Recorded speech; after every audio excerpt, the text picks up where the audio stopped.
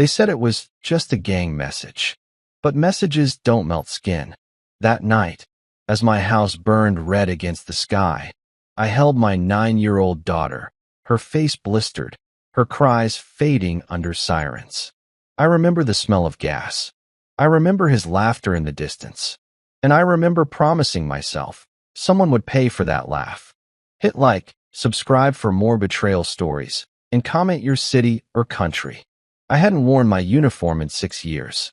After 2 tours in covert ops, I thought I'd traded gunpowder for playgrounds and bedtime stories. My name's Blake Turner, and all I wanted was peace. A small house outside Houston, a safe neighborhood, a life where my daughter Lila could grow up drawing rainbows on the porch. Nights used to be quiet here. Until that night. The fires started simple, almost elegant. The hiss of gasoline across concrete. The faint crackle before the world roared open. I ran through smoke thick enough to taste, shouting for Lila. The moment I found her, everything inside me froze. Her hair was ash, her tiny fingers reaching for me as skin peeled in the glow. I could still hear her whisper, "Daddy." The man in the blue car said it. The men in blue cars were known around here.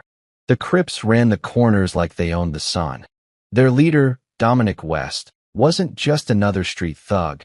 He was untouchable, protected by money, lawyers, and fear. Nobody crossed him. Not the cops, not the DA. I did once, 10 months ago, when I stopped one of his boys from roughing up a store owner near Lila's school. I didn't think he'd remember. I was wrong. At the hospital, I watched machines breathe for my child. Burns covered half her tiny face. The surgeon said she'd live, but maybe she won't see herself the same way again. I said nothing. Words don't mean much when you've seen flames eat laughter. 2 days later, the police told me they had a suspect. I already knew the name, Dominic's right-hand man. They said they'd charge him, but results would depend on evidence. Evidence. There was camera footage, witnesses, the smell of his perfume in my backyard. Still, they talked like cowards. 3 weeks later, the district attorney stood in front of me, file in hand. "Mr. Turner, we're dropping the case. Insufficient proof the fire was intentional. You understand, right?" I watched his lips move, but heard only my heartbeat. Behind him sat Dominic. Clean suit, no cuffs, smiling like he owned the room. That smirk burned hotter than the fire ever did. When the judge banged the gavel, something inside me, quiet for years, twitched awake. After the hearing, my wife Harper wouldn't look at me. She whispered, "We can't fight this world, Blake." I wanted to answer, but the soldier in me kept silent. You don't speak while you're scouting your enemy. That night, I sat on the porch, staring at the dark street. Lila slept inside, her face wrapped in gauze, her dreams stolen.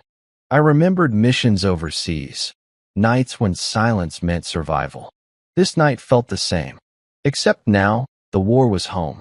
The next morning, I drove to an old storage lot, the one place I'd promised never to visit again. Inside, under a tarp, lay the past, a duffel bag marked BT-47. My old Black Ops field kit.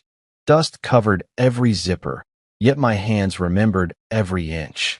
As I unzipped it, the smell of oil and metal filled the air. It felt like breathing again, for the first time since the fire. Rumors spread fast. Dominic was throwing a private party downtown, celebrating new deals. The police called it coincidence. I called it arrogance. I stood across the street that night, hood low, watching luxury cars glide past flashing lights. He laughed with city officials like he hadn't burned a child alive. I clenched my fists till my nails cut skin. Part of me wanted to charge in. The other part, the soldier, calculated distance, exits, angles. Revenge isn't rage, it's precision. And I still had precision. Harper found me sharpening a combat knife on the kitchen table later that week. She looked broken, hair messy, eyes red. "Please," she whispered, "don't do this again. We lost enough overseas." I didn't answer.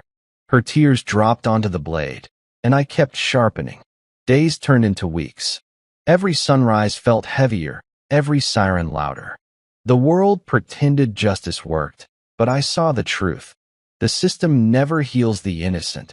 It protects the powerful. Dominic owned it all: a senator's son, police payrolls, cameras that disappeared evidence. One afternoon, I went to pick up Lila's pain meds. Inside the pharmacy, I overheard two gang members laughing. One of them, the same tattoo I'd seen on the surveillance screen, boasted, "Boss says that fire worked better than bullets." My hands shook, not in fear, in calculation. That night, I followed the tattooed man through the alleys of Beaumont Street, down to a warehouse guarded by cameras. Inside, I saw crates, cash, weapons, drugs, and Dominic's face on a projector, giving orders from his penthouse miles away. Standing there, hidden in shadows, I felt a memory rip open. The day my unit ambushed a cartel outpost with minimal casualties. We used misinformation, silence, and psychology. No one saw it coming. Justice doesn't always come from courtrooms. Sometimes, it comes from ghosts. I became the ghost again. Over the next few nights, I charted Dominic's movements, the bodyguards, his cars, the times he met the senator's son. Preston, my old signals intel friend, owed me favors. I sent one cryptic message: "Need eyes." No names. Within hours, my phone lit up with encrypted coordinates. Preston didn't ask why. Brothers in shadow never do. Harper noticed I wasn't sleeping. "You're seeing him again, aren't you?" she said one night. "Seeing who?" "The man you used to be." I looked at her, half wanting to lie, half unable to. "He's the only one they listen to." She turned away. "Then we're already gone." That sentence hurt more than the burns on my daughter's skin. But pain builds focus. And I needed focus. Because tomorrow, there would be no courtroom, no district attorney, no mercy. Tomorrow, Dominic would learn that some fathers don't pray. They plan.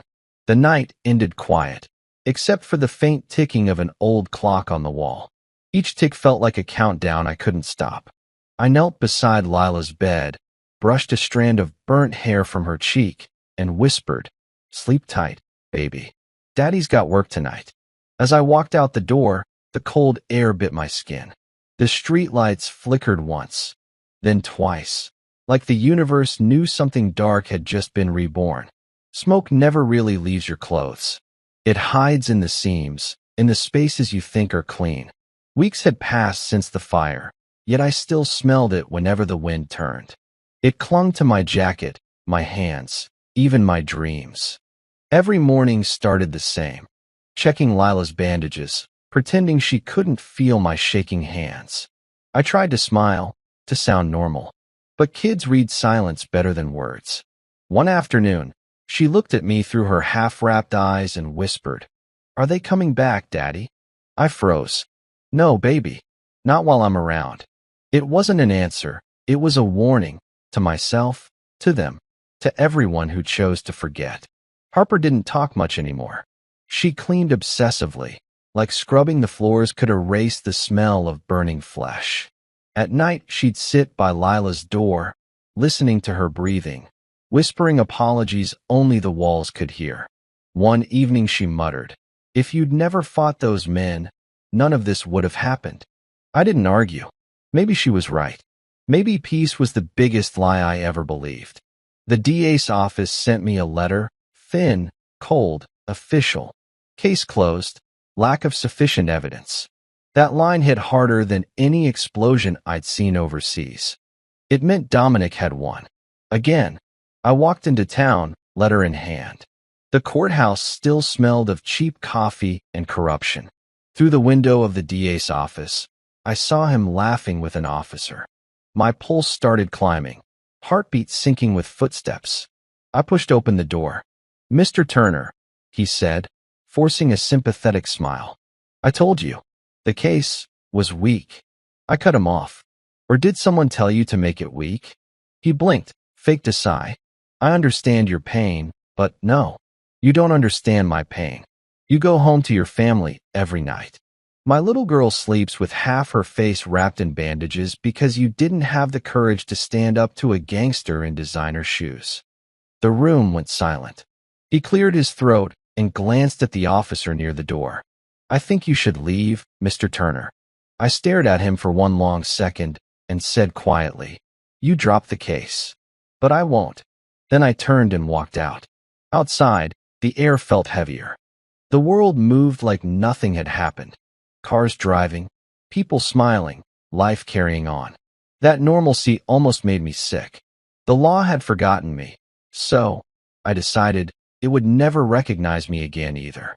That night, I drove out past the city lights to Ryder's place, an old teammate from my Black Ops days, now running a scrapyard as cover for his private contracting.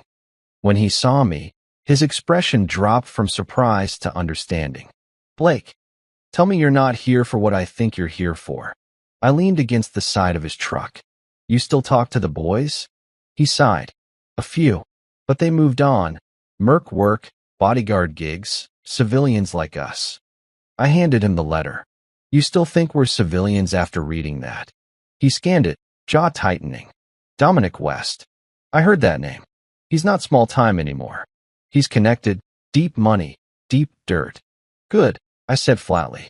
I was afraid this might be easy. Ryder narrowed his eyes. You're not thinking straight. You've got a kid, a wife. You go after him, you lose everything. I looked past him, voice even. I already did. Silence. Then he said, if you do this, there's no coming back. You remember the Ops creed. I nodded. You start what you finish. He studied me for a moment. You're not the man you were out there. I met his gaze. Maybe I'm worse. Later that night, back home, Harper waited at the window, arms crossed, eyes tired. Where were you? Ryder's, I said. Don't lie to me. I'm not. She stepped closer. Please, don't go down that road again. Lila needs her father, not a soldier hunting ghosts. She needs justice, I said. She needs you alive. Harper shouted, her voice breaking. I stared at her, realizing how far we drifted. Once we fought beside each other through everything, the deployments, the scars, the nightmares. But now she looked at me like I was the very thing that terrified her. That night, I couldn't sleep. I sat by Lila's bedside, watching the steady blink of the heart monitor. Her tiny hand twitched in the moonlight. I whispered, you rest, sweetheart. Daddy's got a new mission. For the first time in months, the soldier in me felt awake. Not furious, focused. I pulled out a notebook and started making lists the way I used to before covert extractions. Names, contacts, assets. Preston could get me digital eyes. Ryder could unlock old comm channels. A name came up again and again, Dominic West, protected by Senator Gaines's son. That's why he walked. Piece by piece, the picture formed. The DA wasn't cowardly. He was bought. And if they had connections, so did I. The following afternoon, I went to the Veterans Bar downtown, the one that didn't have a name, just bullet dents. An older bartender named Victor nodded my way. Heard about your girl. Sorry, brother. Victor, I said, sliding a folded photo across the counter. It showed Dominic shaking hands with Senator Gaines at a charity gala. I need to know where this was taken. He studied it, then muttered, Marion County Club. Private property. Thick security. Can you get me an invite list? He hesitated. That's heavy stuff. I met his eyes. So are burns on a child's face. He swallowed. Give me 48 hours. Before I left, he said, you going after him alone? I answered without turning around. There's no one else left to. That night rain hammered the roof as Harper cried in the next room. I didn't comfort her. I couldn't afford to. Sympathy slows the mission, and hesitation kills it. Instead, I cleaned an old sidearm piece by piece. The rhythm of metal and cloth felt like confession. Every motion erased a little more of the man the law forgot, and rebuilt the one justice refused to see. At dawn, I stood by the mirror, wearing plain black. No stripes, no medals, no past. Just a father preparing for something unholy. In my pocket sat a single photo, Lila smiling before all this. I kissed it once and whispered, for you. As the engine started, Harper ran outside barefoot, yelling, Blake, stop. I rolled down the window. What do you expect to find out there? She asked, voice trembling. The truth, I said. And if that truth gets you killed? I looked at her. Then they'll finally see what they created. She cried as I drove off. I didn't look back. Some wars you enter because you must. The world remembers soldiers for what they destroy. But me? They'll remember me for what I became after the law forgot my name. Next stop, Dominic's empire. And this time, he wouldn't see me coming. They say once a soldier, always a soldier. They never warn you that the uniform may come off, but it never takes its hands off your soul. Every action, every step, planned, observed, executed.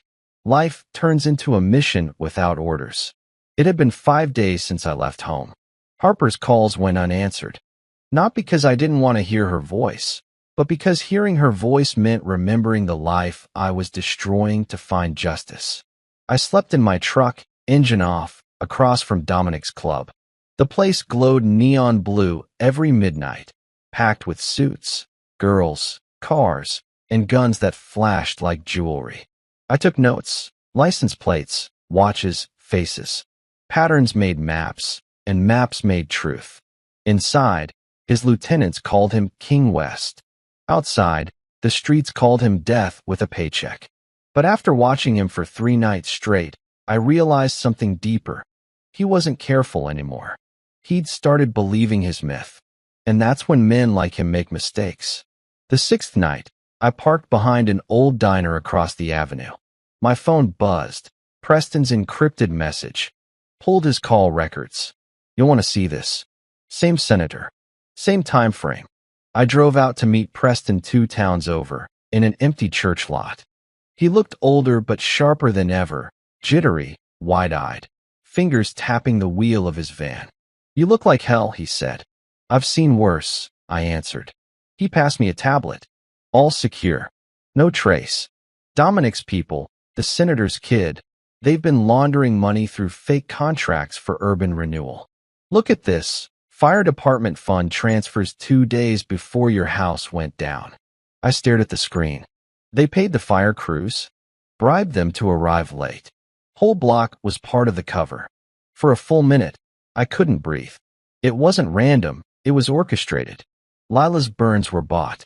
Blake, Preston said quietly. You sure you want to finish this road? I can bury half this network, legally. I looked up. Legally died the day the DA dropped the case.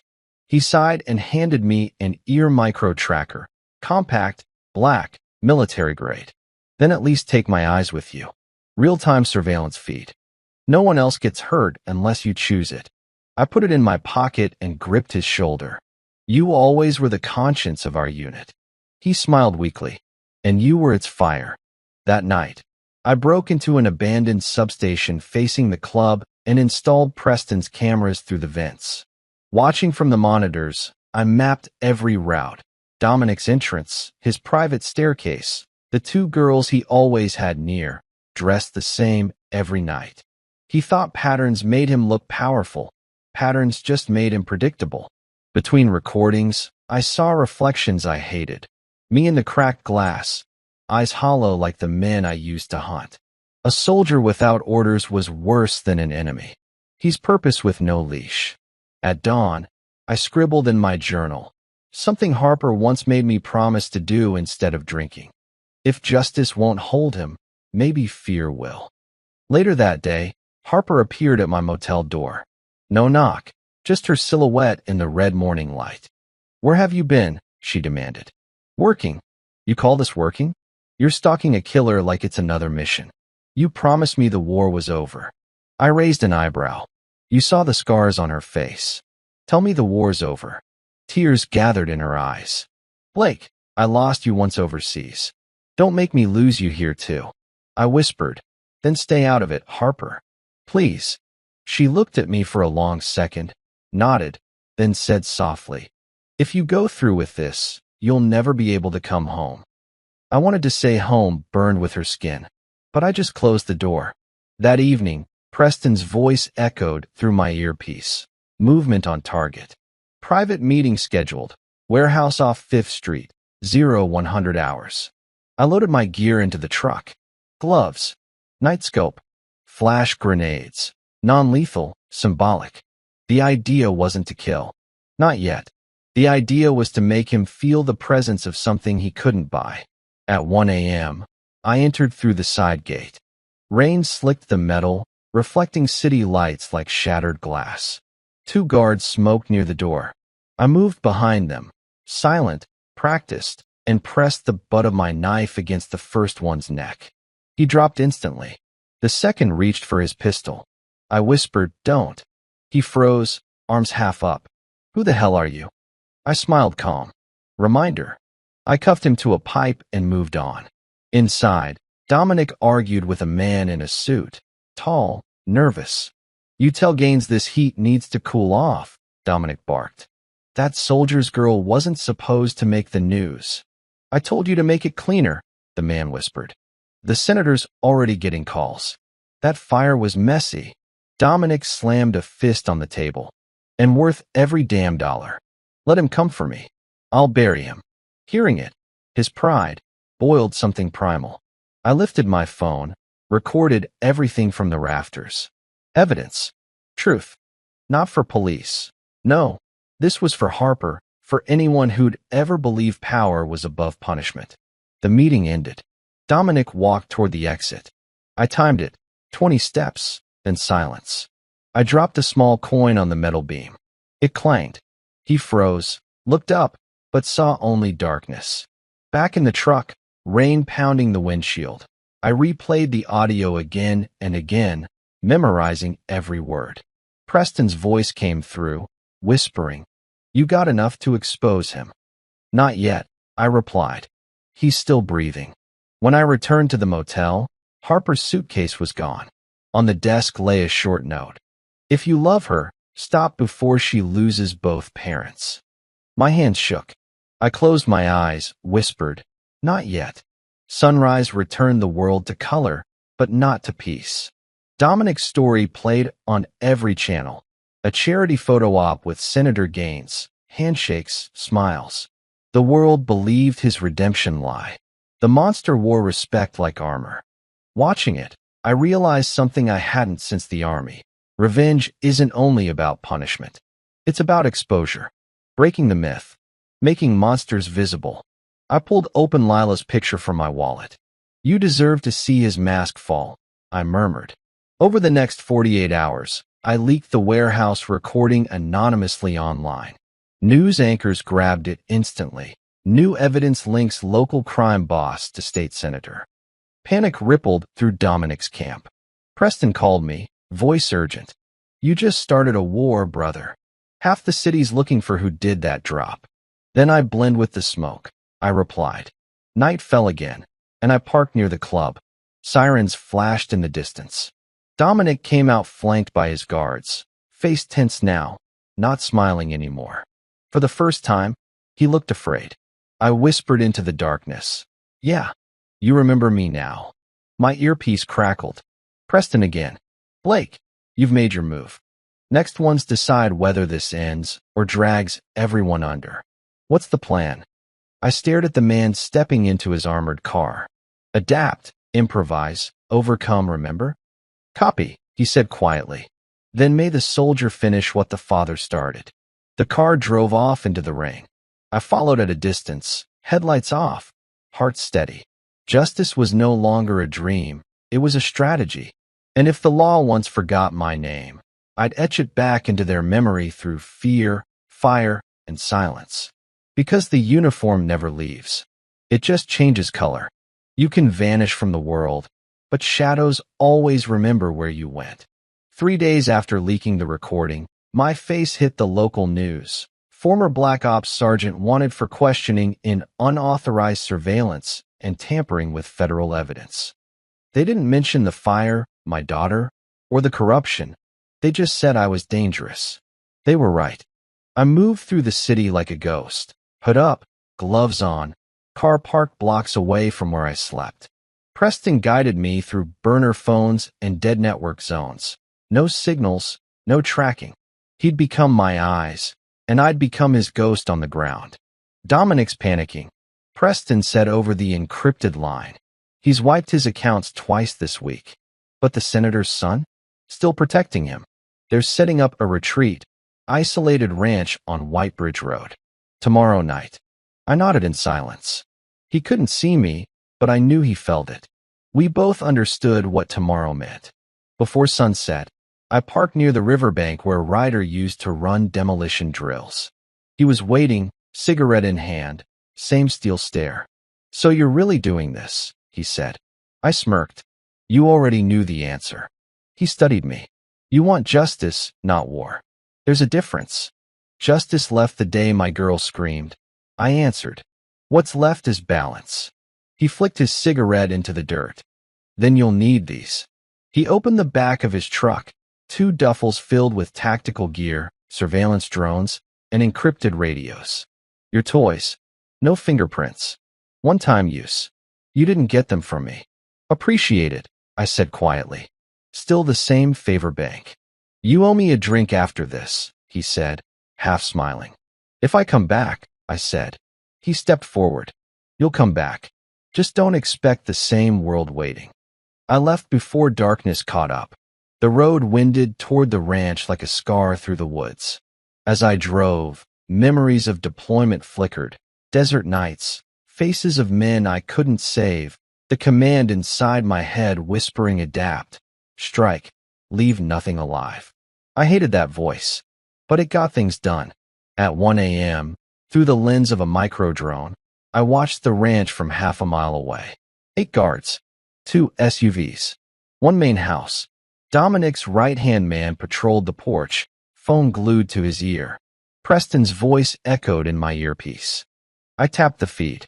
"Senator's kids inside too," he said. "Copy," I whispered. Through the rain, I moved along the tree line, gear hugging my shoulders. Rain has always been a soldier's ally. It hides noise, masks motion.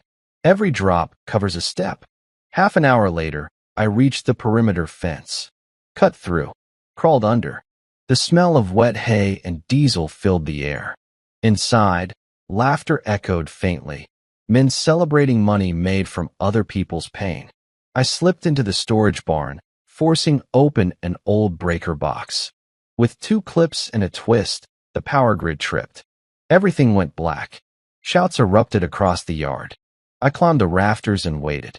Flashlights sliced through darkness. A few guards fanned out. One walked too close. I hooked him by the collar, pulled him into shadow, and whispered, "Remember this silence. It's mercy." He dropped unconscious a second later. Inside the ranch house, Dominic argued again, pacing across the living room flooded by candlelight.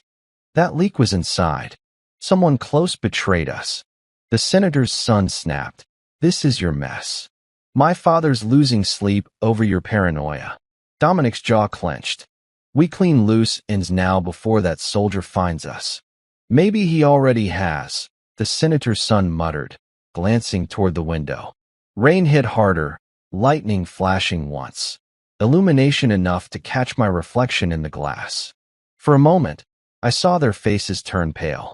Dominic roared, "He's here." I tossed a flash pellet into the hallway and ducked behind an overturned table. Blindness, chaos, shouts. When their sight returned, the TV screen across the room played the warehouse recording. The same one I released online, but this time, extended footage Preston hacked in, showing every deal, every handshake, every quote tying Dominic straight to the senator's son. Dominic froze. "What is this?" I stepped from the darkness, voice low. "Receipt." One of his men fired. I rolled behind cover, returned 2 shots aimed only for warning, glass shattering overhead. Sparks danced in the air. Dominic cursed, tripped over furniture, crawling toward the hallway. "Don't move," I said, emerging slowly. "You like fire? Remember its heat." He turned, shaking. "You think this fixes what happened to your brat?" My trigger finger tensed. "You just signed your obituary." "Then do it," he screamed. "Be the monster they say you are." For the first time, I lowered the gun. "No, monsters die quick. But you'll live to watch your world burn down the slow way." Preston's voice buzzed in. Blake, signal ping. Police inbound. Someone tipped them. Let them come, I muttered. Sirens wailed faintly through the trees. Dominic panicked, running for the back door. I let him go. The senator's son shouted frantically, grabbing his phone. I aimed at the wall beside him and fired once. The bullet missed his ear by inches, embedding into the picture frame behind him. Tell your father, I said. Some debts can't be covered with donations. Then I vanished through the back entrance, blending with the rain. By the time the police stormed the ranch, I was half a mile out, watching from the riverbank through binoculars. Lights filled the trees, men handcuffed, cameras flashing. Dominic was dragged out screaming, the footage catching everything. Preston laughed over comms. Brother, that's broadcast gold. They'll rot each other alive. It's not over, I said. Dominic won't last in custody. Money buys silence. Then what's next? Preston asked. The farm, I answered. He paused. The what? Old case file said Dominic's front business. Meat farm out in Clay County. That's where his ground money goes. I finished this where it started. Blake, I know, I interrupted. No return. He sighed. You don't have to die to prove justice. Then maybe justice should have learned to live, I replied. I drove through the storm, every drop on the windshield a heartbeat counting down. Behind me, sirens faded. Ahead, darkness thickened around winding roads and trees whispering secrets. At a gas station, I saw my own face flash on a small TV, veteran fugitive linked to criminal ring exposure. Harper's voice echoed in my head. If you go through with this, you'll never come home. Maybe she was right. Maybe I didn't deserve home anymore. I got back in the truck, shifted into gear, and whispered to the night. Lila, I'm coming for the man who took your smile. The road stretched empty ahead, only lightning guiding the way. Somewhere beyond those dark hills waited the final piece of this nightmare, the pig farm that washed blood for cash. And if Dominic thought the shadows were done with him, he hadn't met the one that learned how to breathe vengeance. Every revenge starts as a whisper before it turns into thunder. I'd spent months planning mine, watching, waiting, listening, to every sound Dominic ever made, to every lie he ever told. Tonight, those whispers were ready to scream. The road to Clay County stretched long and cold, fading into acres of mud and silence. The farm sat beyond the hills, fenced by rust and sin. Locals called it West Feed Supply, but everyone who read between lines knew it as where Dominic cleaned his money. When I arrived, dawn was dragging its gray light through fog. I parked half a mile away, binoculars steady. The place looked deserted. Only a few trucks moved in and out, carrying barrels. The stench hit hard even from here. Rot, fear, secrets buried deep. Preston's voice hummed over comms. You sure about this, Blake? That place doesn't even exist on county records. That's the point, I replied. Ghosts only hide where no one looks. I hiked the perimeter, noting cameras, dogs, tire tracks. Everything neat. Too neat. The kind of order that hides chaos underneath. I crouched by a drainage ditch and found burn marks. Fresh. Something inside me clicked. Feed supply, my ass. This was a cremation zone for evidence. That night, I set the stage. Using Preston's laptop feed, I looped the external cameras. While they watched empty fields, I crossed the fence, slipping through puddles into the main barn. Inside, steel hooks, chains, massive grinders, regular tools for meat, except half of them had dried blood too dark for cattle. In the corner, I saw something worse. Personal items, watches, wallets, phones in plastic bins. Human. I felt my throat tighten. How many had disappeared here? How many families told? They just went missing? My phone buzzed. Preston again. Blake, you got movement inbound. 2 vehicles. Armored. Stand by. I whispered, hiding behind a stack of grain bags. Through a crack, headlights flared. Dominic stepped out, free from custody, as expected, flanked by 2 guards and a trembling accountant. The man shouted. They said you were arrested. Dominic smirked. Money talks louder than handcuffs. He strutted in, arrogance wrapped in perfume and rain. We start fresh. Burn anything that links me to the senator. And someone find that soldier. I want him fed to the pigs that same night. The word pigs hit different. I slipped a listening transmitter under a desk. Preston could trace their real-time chatter now, and crawled out the rear exit, soaking kneecaps in mud. Outside, I spotted giant feeding pens at the back, fenced high. Dozens of pigs, restless, snorting. Truth smelled stronger here than blood. I backed off into the trees, whispering, I have confirmation. He's here. He's tying loose ends tonight. You need extraction? Preston asked. No, I said, eyes cold. I'm the extraction. For 2 hours, I stalked their movement. Dominic supervised men torching files, loading containers, checking trucks. I counted head rotation, steps, blind angles, study, predict, strike. At 3 a.m., I made my first move.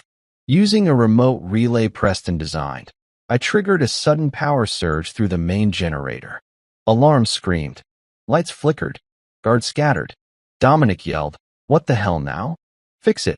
While they scrambled, I slipped into the control room and rewired the signal, looping the interior cameras to replay old footage. Now, they'd never see me coming. I planted silent razor tripwires near the fence exits, just to distract, not kill. Psychological warfare works best when the enemy doesn't know if they're bleeding or dreaming. Every soldier knows. Control their fear, you control their fall. From the treeline, I whispered into my mic, Preston, log timestamp. The hunt's begun. Lightning cracked open the sky. Dominic grabbed a rifle himself, storming across the mud yelling, He's here. That soldier freak's here somewhere. I followed his shadow through the rain, stayed invisible.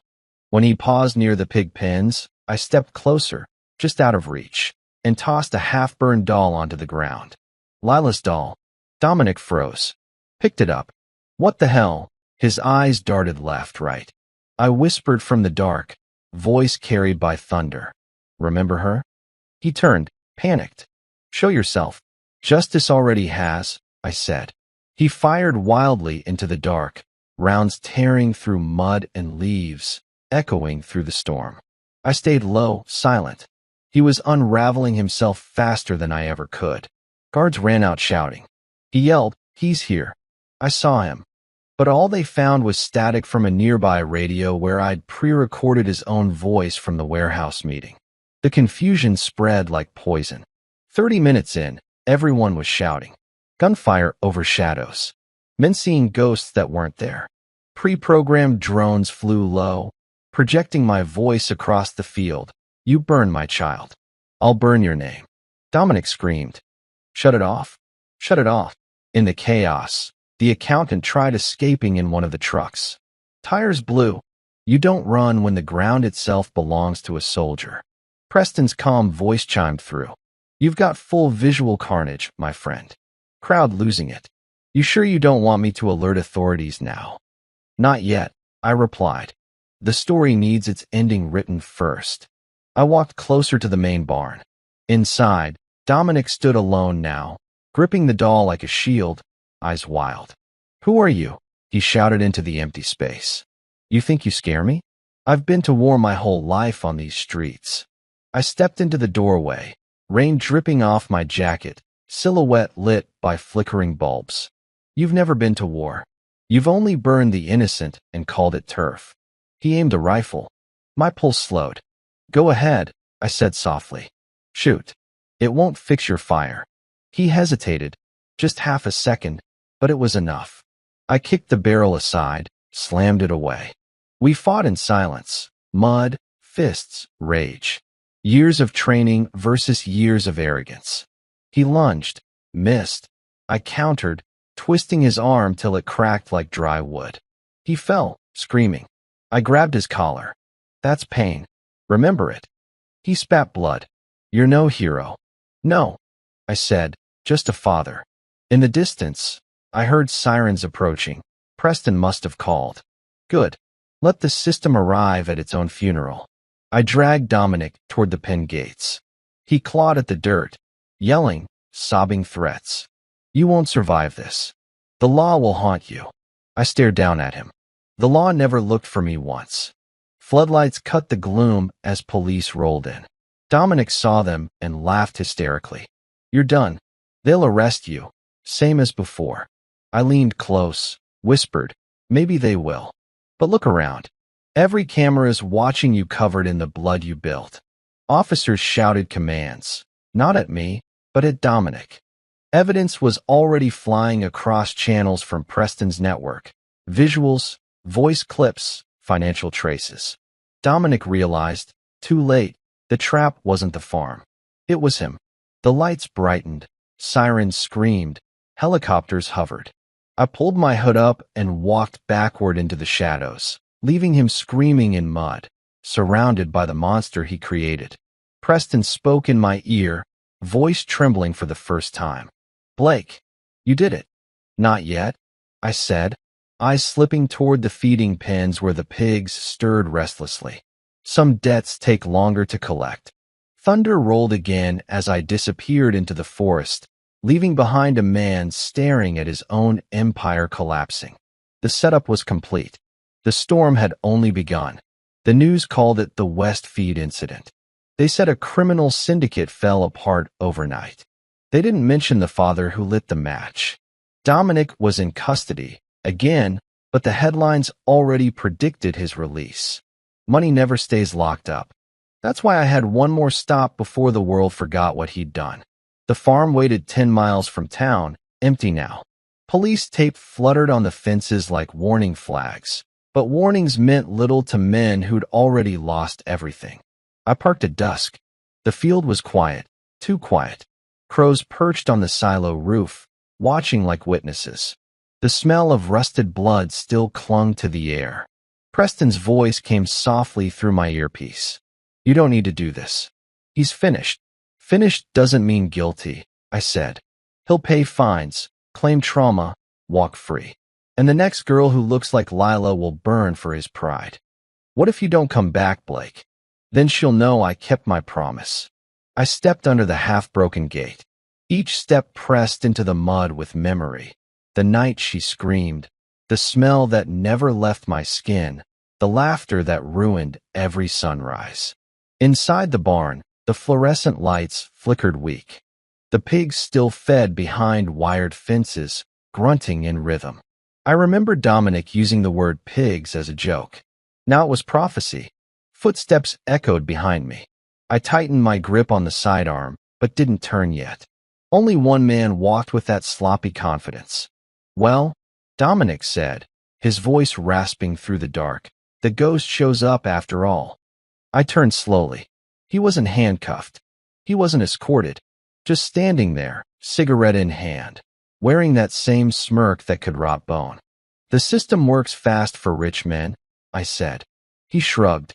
A little cash here, a favor there. I'm already a free man. You burned a child, Dominic. I built an empire, he snapped. She got in the way. Silence thickened. My finger found the trigger, but not the pull. Execution isn't revenge, it's release, and I wanted him to feel. You think you scare me? He jeered. You think you can undo who I am? I stepped forward. No. I came to show you what you built. I pressed a switch on my wrist. Preston's feed activated the hidden projectors I'd set earlier. Every wall lit up with footage.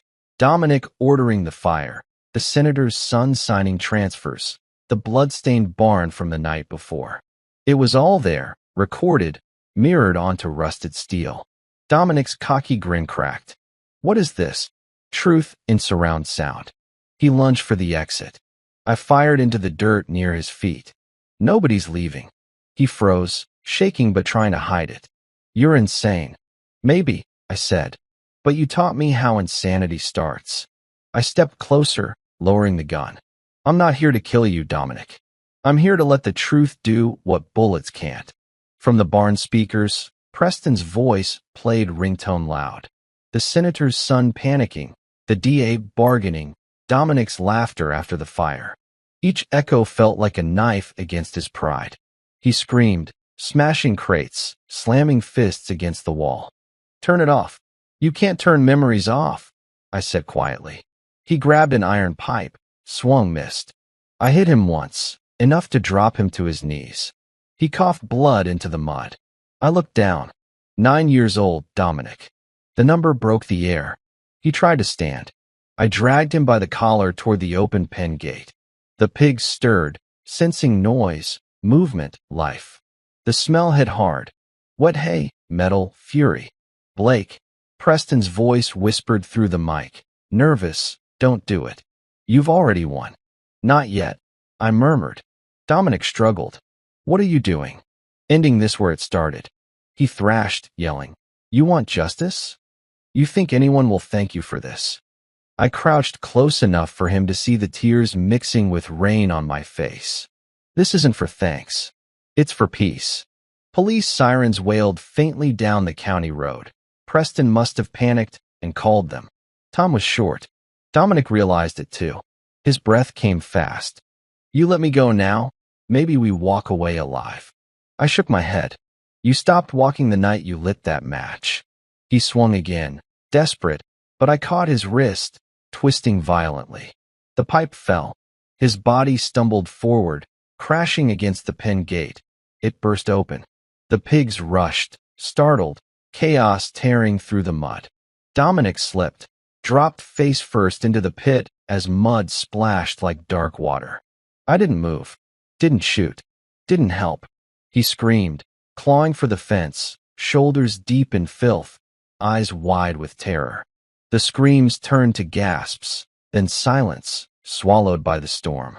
I stood there, not proud, not relieved, just empty. When the sirens reached the field, I raised my hands, dropping the weapon into the mud.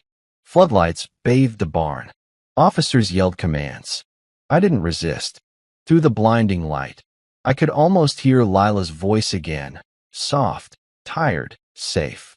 They cuffed me, red rights I didn't hear. Preston shouted from a distance. He recording everything. There's proof, every file, every transfer. It didn't matter. The system would twist it however it wanted, but it wouldn't erase the feed already backed up on 30 public servers. Dominic West's empire was done, for real this time. As they shoved me into the car, I glanced once at the pen. Rain still poured, washing the mud clean, erasing footprints. Some evils need nature's hand to finish them. 2 days later, the footage hit every outlet. Public outrage burned hotter than his fire ever could. The senator resigned. The DA was indicted. People whispered about a ghost soldier who exposed the rot. From my holding cell, I watched the news in silence. Lila's photo was on the screen beside headlines that read, "Black Ops Father Uncovers Citywide Corruption." The guard nodded at the TV. "That your girl?" I nodded once. "She's got her justice, man." I whispered, "She's got her peace." That night, I dreamed of her smile, free of scars, free of shame. And for the first time since that night, the fire in my chest went still. When they finally called me, his voice was gone from the world. The officer said, "We have your husband in custody. You should come." Those words were cold, automatic, like they'd practiced saying them for strangers. I sat in the hospital parking lot, fingers tracing the ring I hadn't taken off since his last deployment. Lila slept in the back seat, her small bandaged face turned toward the window. Outside, headlines screamed Blake's name. Black OPS veteran exposes corrupt senator, gang leader dead at farm. Everyone seemed to have an opinion about my husband. Hero, criminal, monster. But not one of them knew what it felt like to love a man who could dismantle an empire with silence. When I entered the precinct, the guard looked at me differently. Half respect, half fear. "Mrs. Turner, your husband's in interview too." I walked down the corridor. Glass windows, buzzing lights, cameras that blinked like restless insects. Then I saw him, hands cuffed, eyes calm, face older by 5 years in 1 week. He looked up. "You shouldn't be here. I should have been the one to pull you back before this happened." He smiled faintly. Would you have stopped me? I paused. No, but maybe I would have gone with you. He lowered his head, the soldier finally gone. It's over now. Is it? I asked. Because I see people online calling Lila a symbol now. They made our daughter into content while you disappeared behind bars. He clenched his fists. She's safe. That's all I ever wanted. She doesn't need a hero, Blake. She needs her father back. His voice cracked just once. I don't know if he exists anymore.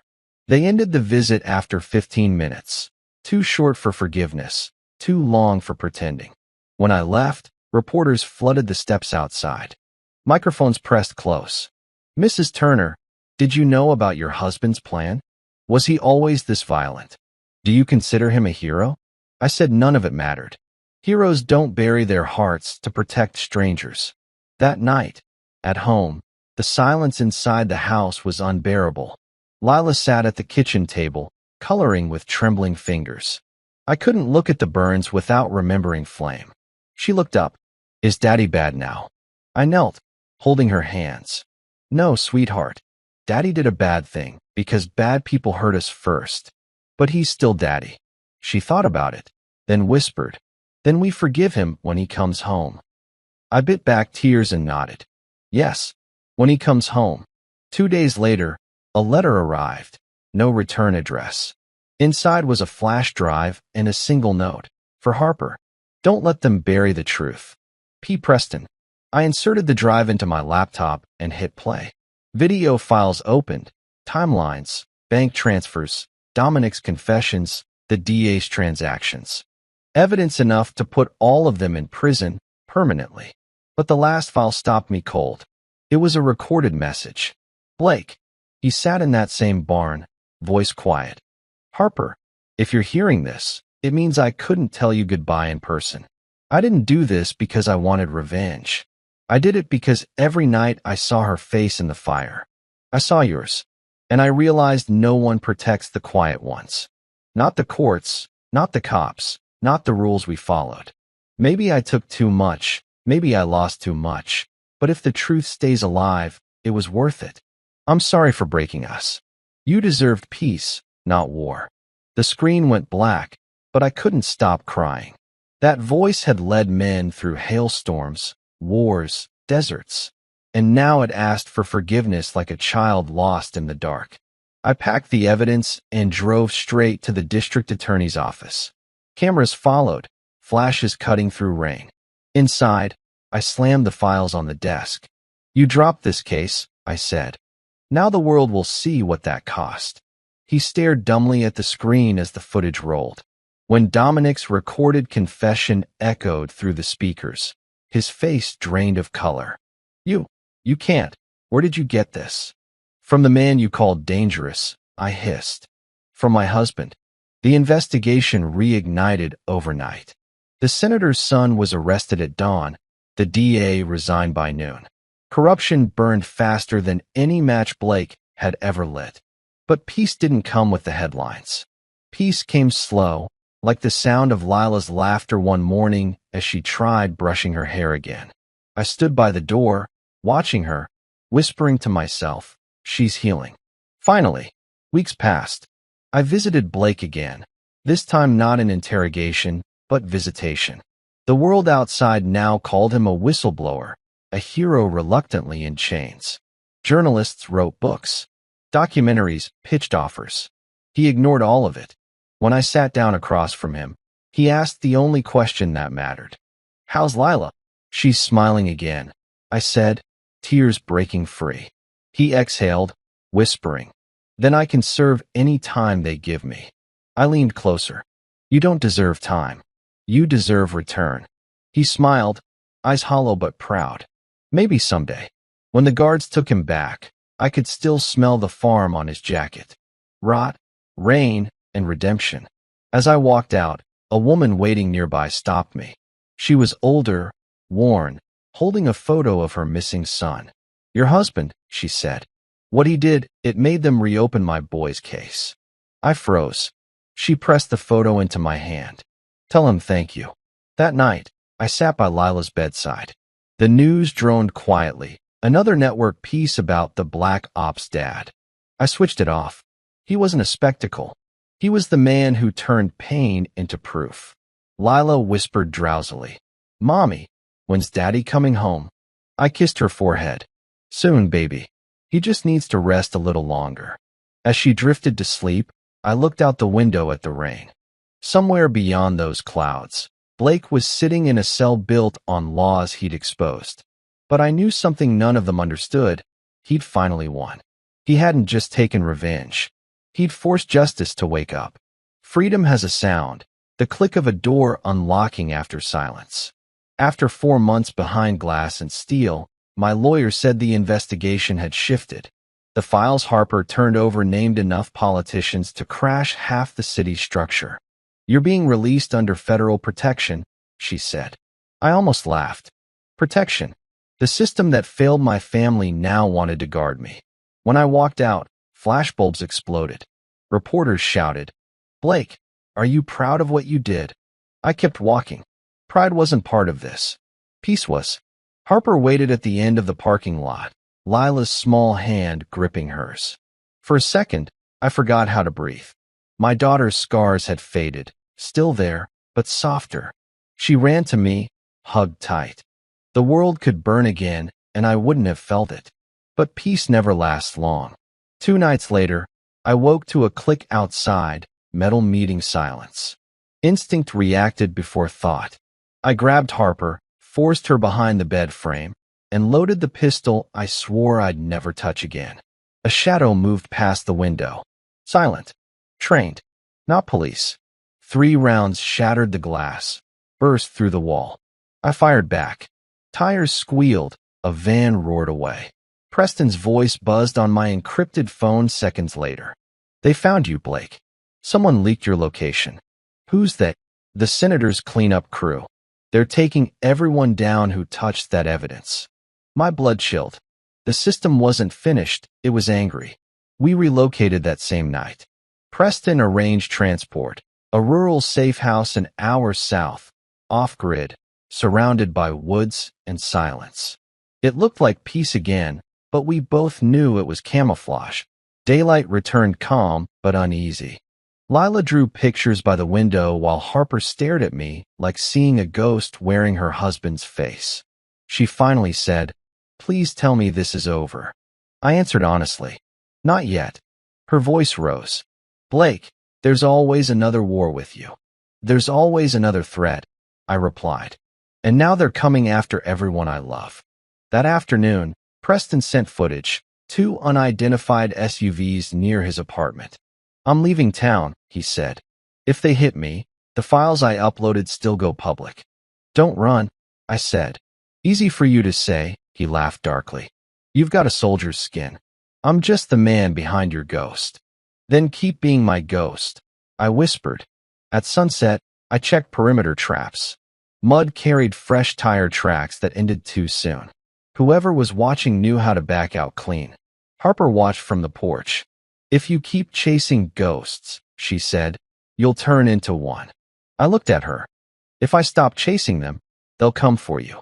Inside, Lila hummed softly, an old tune her mother taught her. Her peace was the only sound that dulled the noise in my head. That night, I called Preston again. No answer. The feed tracker pinged null. My stomach dropped. By dawn, news confirmed it. An electrical accident at an apartment complex. Entire floor burned. Preston's photo flashed on the screen. I turned off the TV before Harper saw. Something inside me snapped back to the man I'd buried. I packed my knife, drove into the fog, ignoring Harper's tears behind me. There's a moment every soldier recognizes. The line where grief turns into mission. I'd crossed it. The senator's son was still under investigation, living at a lakeside villa surrounded by private security. Untouchable again. I reached out to Ryder, who'd cut contact after the farm. He answered with a growl. "I heard about Preston. Guess they couldn't let heroes stay alive." "I need your help," I said. "You sure you're not digging your own grave?" "It's already dug," I answered. That night, we met near the lake. 2 soldiers in shadows. Ryder handed me recon photos. 5 guards rotating. Motion sensors, drones, thermal fences. Easy, I muttered. He frowned. You call this easy? I call it practice. Before he could answer, a siren echoed from across the lake. Searchlights cut the dark. SUVs. Too many. They found you, Ryder hissed. No, I said slowly, heart steady. They found both of us. We split directions. He toward the tree line, me toward the dock. Bullets cracked through the fog, air vibrating with old familiarity. I dove behind a boathouse, grabbed a fallen rifle, returned fire. Wood splintered, shouts followed. In the chaos, a voice barked orders, the same calm arrogance I'd heard before. The senator's son. He appeared through haze, pistol aimed, wearing a bulletproof vest under his collared shirt. You took everything from my father, he shouted. And you took everything from my life, I answered. He smirked. Dominic died like the animal he was. Now you die like the fool who thought he was better. My shot came first, not fatal, but enough to drop him. I approached, gun leveled at his temple. He laughed through pain. You think you've won? There are others. There's always another Dominic. Then maybe this time, they learn sooner, I said coldly. I didn't pull the trigger. Instead, I shoved his own gun into the mud, grabbed his phone, and whispered, run. But everywhere you look, remember my face and what's coming. I vanished before backup arrived. 2 hours later, I returned home mud-covered, heart still racing. Harper met me at the door, Lila clutching her leg. She saw the blood, gasped. What did you do? What I had to. Blake, you said you were done. I thought I was. She slapped my chest, tears burning down her face. You can't keep killing ghosts. I grabbed her hands gently. They killed Preston. They'll kill more. Then let them, she cried. Let the world break itself for once without you fixing it. Her desperation hit, like shrapnel. I looked at my daughter, her eyes wide and wet, whispering, Daddy, stop fighting. That was the moment everything paused. The soldier, the rage, the mission. All I saw was fear on their faces, fear of me. I reached out, touched Lila's cheek, whispered, I'm sorry. That night, I packed none of my gear, just an old jacket and the photograph I carried through every deployment. I kissed Harper's forehead while she slept, whispered goodbye, and walked out. Sometimes victory means disappearing before history twists your name. The hunt was never just about enemies. It was about escaping the part of me that couldn't stop hunting. As I drove into the whistling dawn, the radio replayed a breaking report. Senator Gaines resigns permanently, citing threats and family trauma. I turned the dial off. The silence felt heavier, but cleaner. They'd keep chasing my ghost for months, maybe years. But by the time they caught shadows, I'd be long gone. One man who reminded them that justice doesn't always wear a badge. The storm over Clay County hadn't broken, but the air already smelled like rain and endings. They said the farm was empty now, left to rot behind police tape and bad memories. But a place that soaked that much blood never really sleeps. It waits. That's why I came back. To finish it where everything started. I left the truck down the road, walked the last mile through wet grass and silence. The path felt almost familiar, the ground soft beneath my boots, just like deployment terrain. Every step, I could hear echoes of my daughter's old laugh and Dominic's final scream tangled in the same memory. When I reached the gate, someone was already there, a single flashlight swaying in the wind. I raised my pistol but froze when I recognized the stance. Ryder, you could have called, I said. He lowered his light. Didn't think you'd answer. Why are you here? He sighed, mud streaking his jacket. To stop you before you cross a line you can't come back from. I looked past him at the barn. That line disappeared the moment she screamed. He shook his head. No, Blake. It disappeared the moment you started liking what the darkness lets you do. The wind howled through the open fields. For a second, it felt like the whole world was holding its breath. I moved past him toward the barn. He grabbed my shoulder. You walk in there, you're not coming out. Then bury what's left of me after. I said, breaking his grip. Inside, the barn lights still worked, the kind of eerie that makes you think ghosts learned how to pay the power bill. Mud crusted the floor. The pig pens rattled when the wind hit the metal. And at the far end, sprawled against the wall, the senator's son waited. He looked wrecked, beard grown, eyes wild, clothes soaked in filth. "I knew you'd come," he muttered, half laughing. "You can't help yourself."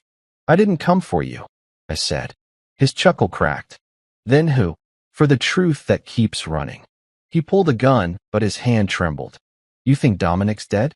You think that makes you clean? The people above us, bigger than the senator, they want you gone. A ghost who knows too much. Then maybe they'll find their reflection here," I said. He fired first. The bullet scraped my shoulder. I returned one clean shot. His weapon flew, clattering on the concrete. I walked closer, every step a sentence. "You talk about power like it protects you. But power just delays consequences." He laughed through his teeth. "You'll die forgotten, like all the soldiers you bury inside yourself." I stared at him for 3 long seconds before whispering, "Maybe, but not today." Ryder's voice echoed from the doorway. "Blake, you got cops halfway here." Someone tipped them off. "Let them watch," I said. "The world needs to see what justice looks like when laws give up." I grabbed the man by his collar, dragging him toward the pen gates just like Dominic. His protests were nothing but noise. The pig stirred, restless again. "You think you're righteous?" he spat. "She was one girl. You burned a city to feel whole." I leaned close enough for him to see my eyes. "She was my world. You can't burn what's already ash." Behind me, Ryder shouted, "Don't do this. You made your point." "She's still scarred," I said, jaw tight. "The system's still dirty. Nothing changes until someone pays the full price." The man begged now, voice cracking. "Please, man. I didn't even light the fire. I just signed papers." I looked down. Paper doesn't catch flame on its own. He slipped on the mud as I shoved him to the ground inches from the open pen. Lightning lit the whole barn white for 1 second.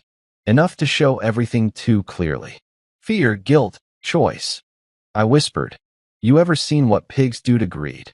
Before he could answer, Ryder shoved me from behind, sending both of us sprawling. His voice cracked in anger. "You're not crossing this line, brother. You hear me." I rolled, pinned him by reflex, both of us gasping in the stench and stormlight. "Move," I said. "Not till you remember who you are," he shouted. "You're not vengeance. You're a father who forgot to stop fighting." His words cut deeper than the bullet wound. I paused, heart pounding, then looked at the man on the floor, pathetic, shaking, crying. Suddenly he looked nothing like a monster. Just another coward hiding behind power. Ryder pushed himself up, breathing hard. "You fight ghosts, Blake, but ghosts don't bleed." "She does. She needs you alive." I dropped the gun. It hit the mud with a dull thud. The man on the floor sobbed with relief. I turned toward Ryder. "You win." "No," he said softly. "You just did." Outside, sirens screamed closer. Flashlights flickered across the fields. The pigs quieted, as if even they understood the scene's weight. I raised my hands as floodlights filled the barn. Officers stormed in, shouting commands that blurred under thunder. Ryder stepped between us, shouting, "He's done. He's done." 2 cops cuffed me without resistance. One recognized me, the same detective from months ago, and whispered under his breath, "For what it's worth, Dad, the city owes you." They dragged me out into the rain. I looked up at the dark clouds and finally let myself breathe. Somewhere far away, in a hospital bed, my daughter might be sleeping peacefully for once. That was enough. As the car door slammed, Ryder leaned in close. "You didn't need to feed him to pigs to make the world choke, Blake. You already did, with the truth." A faint smile touched my lips. Then maybe the war's finally over. Outside the window, the empty barn faded into the distance, swallowed by rain, by silence, by justice that no longer needed fire. For the first time in years, I felt tired, not broken, not angry, just human again. Part 10. The Weight of Justice. Approximate. 1,194 words. They didn't call it prison anymore. They called it rehabilitation. I called it quiet. The cell was small. One bed, one window, one world reduced to silence. But that silence could hold peace if you listened hard enough. And for the first time in years, I did. Days blurred. Weeks melted. The guards no longer looked at me like the monster the headlines had painted. They called me Sergeant now, sometimes even Sir. I didn't correct them. You never stop being what the world makes of you. One morning, the warden himself came by. "Turner," he said, standing at the bars. "Phone call for you." I walked down the corridor, cuffs cold around my wrists. On the other end of the line came a small voice, steady but soft. "Hi, Daddy." "Lila." My throat closed before I could answer. She laughed gently. "Mom said I could call. I had my school play today. I was the son." Everyone clapped. That's wonderful, sweetheart." "I'm brave now," she said. "Like you." I wanted to say don't be like me, but the words never came. I just listened to her breathe, each exhale lighter than the last. Before hanging up, she whispered, "I forgive you." That simple sentence carried more healing than all the justice in the world. After she hung up, I sat in the cold hallway and stared at the phone. The soldier inside me finally let go. They released me quietly, without cameras, months later. No one noticed. The world had found new villains to chase. The newspaper called me a symbol of accountability. I didn't care for symbols. I just cared that my daughter could smile again. Harper met me outside the gates with a faint nod. She still carried that same quiet strength, the kind that doesn't shout, only survives. We didn't speak right away. Sometimes silence says everything words can't fix. We drove past fields where winter sunlight painted everything gold. She finally whispered, "So what now?" I smiled faintly. "Now we start over." We bought a small cabin near the edge of a forest. No neighbors. Just calm. The past didn't follow us there. It just lingered quietly, like smoke fading after a long fire. Every morning, I'd chop wood while Lila packed for school. She'd call out, "Don't forget your coffee, soldier," and laugh when I saluted her back. Harper would shake her head and smile. Life wasn't perfect. It wasn't supposed to be, but it was real. And for a man like me, that was miracle enough. One evening, I took Lila down to the river near the cabin. She skipped stones, counting their jumps. "Daddy," she said. "Yeah." "Do bad people ever change?" I watched the ripples circle outward. "Sometimes, when they finally see who they became." She nodded, quiet for a moment. "Then I hope you never change back." Her honesty cut deeper and healed faster than bullets ever could. Later that night, when everyone slept, I walked out to the porch. The sky stretched wide, black velvet studded with stars. Somewhere among them, Preston, Ryder, and all the ghosts of this journey felt closer. A letter had arrived that morning, from Ryder. He'd taken a job overseas training security teams. Inside, one line stood out. "You didn't lose yourself, Blake. You just found what parts were worth keeping." I folded it, tucked it in my coat pocket, and smiled to no one. No more fire. No more wars. Just a father, a daughter, and a quiet piece of earth where justice didn't need an audience. But deep inside, one thought lingered. Revenge hadn't saved me. It had reshaped me. I understood now. Justice isn't something you take. It's something you live with. Every day, every breath. And when the world forgets everything else, maybe it'll remember that even a broken man can teach ruin how to build again.